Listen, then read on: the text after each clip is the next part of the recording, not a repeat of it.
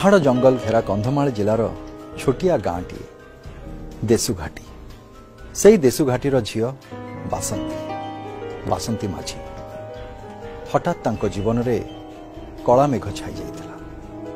से तांको स्वामी को हरई बसिथिले। हरईबारे जेतिकी दुख पाइबारे ताठ बेसी आनंद। समाजर कुसंस्कार को भ्रुक्षेप न करी से पदा को गोड़ काढ़िथिले।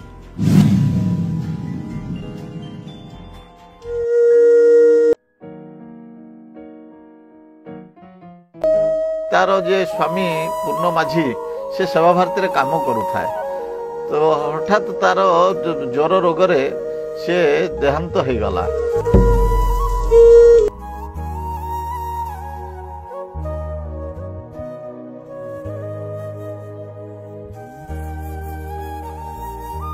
गला परे देखाला जे बासंती आउ बाप घर को फेरी पारुनी। शाशुघर तांको सिस्टम अनुसार तार दियर को बाहा हवा कथा। दियर अन्य गोटे कन्या मगा जाइछि ये सानली हेकि रहिबो कारण जेहेतु तापाई गोटे विवाह करिवा पाई मद पानी तांकर जहा सिस्टम अछि सेटा सरिछि तेणु ये ताकू विवाह करिवो किंतु द्वितीय स्त्री हेकि रहिबो तेणु ये सेथिरे राजी हैला नाही। एई गोटे परिस्थिति रे सेवा भारती को से आसिकी सेवा भारती कैंपस रे रहिला।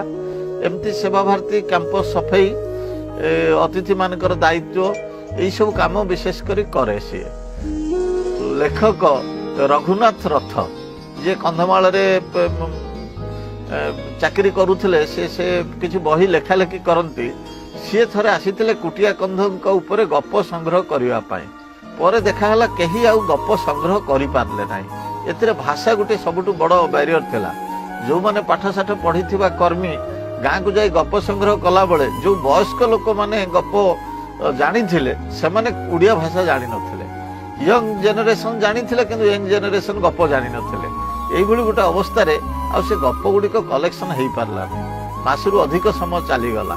हठात देखा गला दिने बासंती किछि लेखिछि तार जतिकि से उड़िया ज्ञान से ता गाँ रु पाइथिला से सेतिक ज्ञान रे किछि लेखा लेखी करिछि। लेखा लेखी मु तो कौन से स्कूल को जाइनी आज्ञा। आम छोट पिला बेले बहुत असुविधा स्कूल तिले टीचर मैंने रहू नथिले कि बल बाबरे आसिकी पाठ साठ पढ़ू न थाए सेटू मु तो पाठ साठ पढ़ीनी सेमती है कि मु से सेवा भारत को आसिकी मो काम रे मु एमती सफासुतरा काम रे भी लगी थाए सेठू एले हो न हेले नाई बोली भाभी कि से तो कागज रे मु लिखिछि लेखिकी एमती दुई तीनटा लेखिकी नाई पढ़ी खा को देवी एटा तो असबे एमती लेखिछु कोन पाई बोली कि असबे बोली भाभी कि मु खा को भी देखो न तैला जगरे कि समय पाइला बेले गुटे परे गुटे एमती जहा पूर्व काल रे पूर्व पुरुष माने केमती चलुतिले सेई गपटा मने पके पके लेखिली।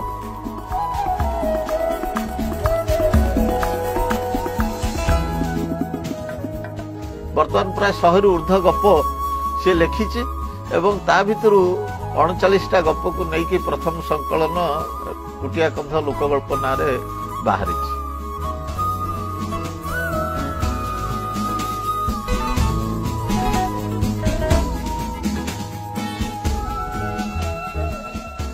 आ एटा कुटिया भाषा रे प्रथम थर पई लेखा हला। स्कूल पाठ पढ़ा तांको लक्ष्य बाधक हो पार निजर अनुभूति को पाथेय करी से लिखिथिबा कहानी आज आगामी पीढ़ी पाई इतिहास ही साइती होछि। तांकर प्रयास बल रे कुटिया कंध जनजातिर अनेक मौखिक कहानी आज प्रकाशित हो पाछि।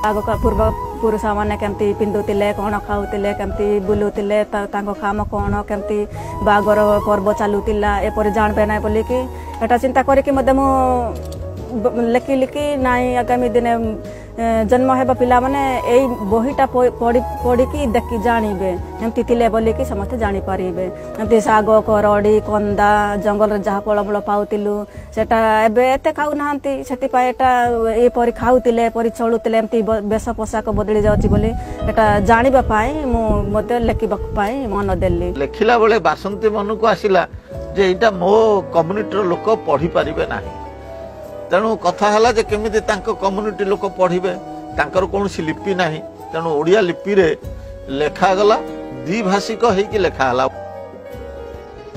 आउरी कोन लेखिबा पाई चाहूची ए बही आ केते शीघ्र मोर हबो आउरी मोर आगामी दिन रे जहा एबा जन्म हेबा भाई माने बौणी माने केमती पढ़ी पारिबे आउरी से माने लेखिबा पाई केमती मन देबे आम अंचल केमती तिला आगरे आउरी आगो को केमती जीवो ए बाबना रे अच्छे